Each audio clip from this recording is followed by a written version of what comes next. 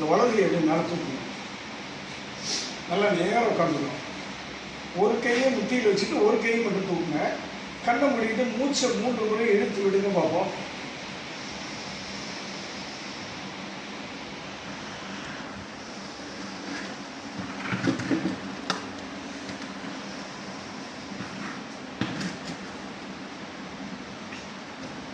மூணு மூச்சு முறை கீழே கை போட்டுடலாம். இப்போ இந்த கையை ரைட்டை இந்த பக்கம் வச்சிடறோம், லெஃப்ட் கை மேலே தூக்குறோம், நேரம் உட்காந்துக்கிறோம், மூச்சை இழுத்து மூச்சை விடுறோம்.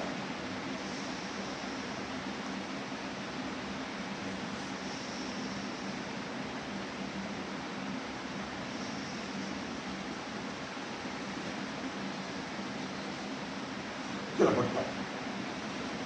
ரைட்டை தூக்கும்போது நம்ம வலது நுரையீரல் நல்லா வேலை செய்யும். இடது பக்கம் தூக்கும்போது இடது நுரையீரலோட இதயம் வந்து லேசாக நம்மளுடைய சென்ட்ரல்லேருந்து லேசாக அப்படி நகர்ந்து இருக்கும். இப்போ ஹார்ட்டும் நல்லா வேலை செய்ய ஆரம்பிச்சிடும். ரொம்ப சிம்பிள், ரைட்டுங்களா? இப்போ அடுத்தது 2 கைகளையும் நடத்துக்கணும்.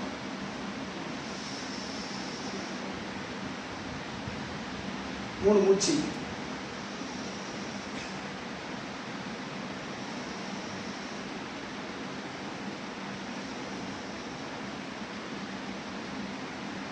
கைகளை போட்டுடலாம். இப்போ தூக்கின கையை என்ன பண்ணுவோம், இறை வழிபாட்டுக்கு என்ன பண்ணுவோம், நம்ம கையை மேலே தூக்கி இந்த சமயத்தில் ஒரு வழிபாட்டு முறை இருக்குது. கைகளை தூக்கி அப்படி கும்பிடுவாங்க. அப்படி கும்பிட்டோம் அப்படின்னா நம்ம நுரையீரலும் இதையும் நல்லா வேலை செய்யும். வேறு ஒன்றுமே விஷயம் கிடையாது. பிரபஞ்சத்தினுடைய ஆற்றல் நம்ம கை வழியாக இறங்கும். இது வந்து அப்படியே டவராக மாறிடும். இப்படி மேலே கைகளை தூக்கி மேலே அப்படி கும்பிட போயிடும்.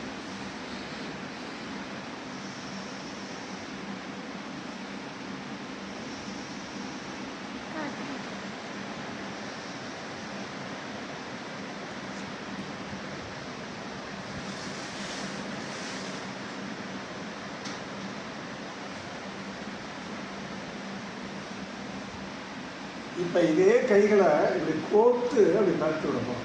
பரட்டி விட்டுட்டு 3 மூச்சு எடுக்க போகிறோம். கையை கோர்த்துக்கிறோம், அப்படி பரட்டி விட்டுட்டு அப்படி மேலே தூக்கி விட்டுறோம். 3 மூச்சு.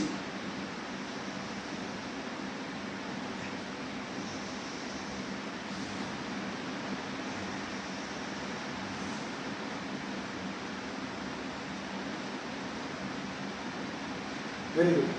ரொம்ப சிம்பிள். இப்போ நம்ம கைகளை அசைச்சிருக்கிறோம். கைகளை எப்போதெல்லாம் இயல்பு நிலையிலிருந்து நீங்கள் இயல்பு நிலைன்னா அது தொங்கிட்டு இருக்கும். கை எப்பெல்லாம் தூக்குறீங்களோ உங்கள் இதயம் நுரையீரலுக்கு ரொம்ப ரொம்ப நல்லது. வேலை செய்யும்போது நம்ம தூக்குவோம். காலையிலே எழுந்திரிச்சு ஒரு 3 நிமிஷம் பயிற்சி நீங்கள் பண்ணணும். ஹார்ட்டும் லங்ஸும் நல்லாயிருக்கும். ரெண்டாவது வந்து மூச்சை நீங்கள் கவனிக்க ஆரம்பிச்சிங்கன்னா, மூச்சை கவனிக்கிறோம் பாருங்கள், அதுதான் தியானம், வேறு ஒன்றுமே கிடையாது. கண்ணை மூடிட்டு இழுக்கிற மூச்சை இழுத்து மூச்சை விடுறதை நீங்கள் கவனிக்க ஆரம்பிச்சிட்டிங்கனால இந்த பிரபஞ்சத்தில் ஒரு சக்தி இருக்குது. அந்த பிரபஞ்ச சக்தி சர்வன்னு நம்ம உடம்புல இறங்க ஆரம்பிச்சோம். அது என்ன பிரபஞ்ச சக்தின்னு சொல்கிறீங்களா சார், எனக்கு புரியல அப்படின்னா. பிரபஞ்ச சக்தியினுடைய மகத்துவம் வந்து ரொம்ப எளிமையாக நான் உங்களுக்கு சொல்லணும் அப்படின்னா, வாழை மரம் இருக்குல்ல, வாழைக்கன்று. அந்த வாழைக்கன்று வந்து நம்ம என்ன பண்ணுவோம், நட்டு வளர்ப்போம். சின்னோட உடனே குட்டியாக வைக்கிறோம். அது வளருது, நல்ல இலைகள் வந்துகிட்டே இருக்கும். எப்படி இலை வளருது அப்படின்னா, மண்ணிலேருந்து அது சக்தியை, அந்த பிரபஞ்ச சக்தியை தண்ணி ஊற்றி வளர்க்குறோம். மண்ணில் தண்ணியை ஊற்றி காற்று சக்தி வெளியே ஆகாய சக்தி இருக்கும். சூரியன் அப்படிங்கிற நெருப்பு சக்தியிலேருந்து இந்த பஞ்சபூத சக்தியில் ஒன்றா சேர்த்து அதை அப்படியே வளர்த்துக்கிட்டே வரும். வந்து அழகாக பார்த்தீங்கன்னா வாழைப்பூ வச்சிருச்சு நம்ம சொல்லுவோம். பூ வந்து தானாகவே விரியும். அந்த பூக்கள் விரிஞ்சு பார்த்தீங்கன்னா அதுலேருந்து வந்து காய்கள் சின்ன சின்னதாக வச்சு அந்த காய் வந்து அப்படி பெருத்துக்கிட்டே வரும் இல்லையா, பெருத்துக்கிட்டே வருது. இதெல்லாம் எப்படி நடக்குது அப்படின்னு பார்த்தீங்கன்னா, அதுதான் பிரபஞ்சத்தினுடைய சக்தியை அந்த வாழைக்கன்று இழுத்து கொண்டு மரமாகி அது வந்து வாழை குடையை தள்ளுகிறது. எல்லாமே வாழ்க்கையில் எல்லாமே இப்படி தான். நம்ம அம்மாவோட வயசில் 10 மாதம் இருந்தோம்ல, எனக்காவது யோசனை பண்ணி பார்த்துருக்கீங்களா? அம்மாவோட வயசில் நம்மளுடைய அப்பாவும் அம்மாவும் ஒன்று சேர்றாங்க, தப்பாக நினச்சிக்காதீங்க. சேரும்போது உடம்புல ஒரே ஒரு துளி இந்த விந்துங்கிறது போய் அம்மாவோட வயிற்றுக்குள்ள இருக்கிற ஒரு முட்டைக்குள்ளார போய் பூந்து அந்த கரு அப்படிங்கிற உருவாகுது. ஒரு சின்னோண்டு கடுகு மாதிரி உருவாகுது. அம்மாவோட வயிற்றுக்குள்ளார இருக்கிறோம். இந்த பிரபஞ்சத்தினுடைய ஆற்றல் பார்த்தீங்கன்னா 10 மாதத்தில் பார்த்தீங்கன்னா இந்த மொத்த உடம்பையும் வளர்த்து ஒரு முழு குழந்தையாக கொண்டு வந்து வெளியில் தள்ளி விடுது. நல்லா யோசனை பண்ணி பாருங்கள். இந்த இதயம் நம்ம சொல்கிறோம்ல, இந்த இதயத்தை போய் நம்ம அம்மா வயிற்றுக்குள்ளே இருக்கும்போது அந்த இதயத்தை யார் செய்து வைத்தார்கள்? இந்த நுரையீரல்னு ஒன்று இருக்கு. நுரையீரல் எனக்கு வீணாக போயிட்டு அப்படிமா, அந்த நுரையீரலை யார் செஞ்சான்னு நம்ம யோசனை பண்ணி பார்த்துருக்கோமா? நம்ம நெஞ்சில் இருக்கு 2 நுரையீரல். சரி, நெஞ்சில் தான் அந்த நுரையீரலை கொண்டு போய் வைக்கணும்னு யார் சொல்லி கொடுத்தா? இதயத்தை இங்கே கொண்டு போய் யார் வைக்கணும்னாங்க? இந்த இடத்துல இறைப்பை இருக்கு, இங்கே கல்லீரல்ங்கிறான், மண்ணீரல், உதரவிதானம், சிறுகுடல், பெருங்குடல், கணையம், சிறுநீரகம், சிறுநீர்ப்பை, பித்தப்பை, இத்தனை உறுப்புகள் இருக்கு உடம்புக்குள்ளார. இத்தனையும் அடுக்கி வச்சு அதை தான் அதோட இடத்துல கொண்டு போய் வச்சு இதெல்லாம் யார் செஞ்சா அப்படின்னா இந்த பிரபஞ்சம் தான் செஞ்சு வைக்குது. சரிங்களா? அப்போ இந்த பிரபஞ்சம் நினைச்சா என்ன வேணாலும் செய்யலாம்.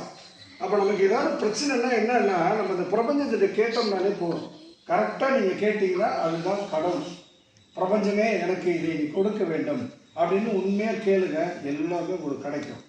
இன்னொரு விஷயம் என்னன்னு கேட்டிங்கன்னா, நீங்கள் நினச்சிட்டு இருக்கிறீங்க, நான் சொல்கிறது வந்து உண்மையிலே எனக்கு வருத்தமாக தான் இருக்குது.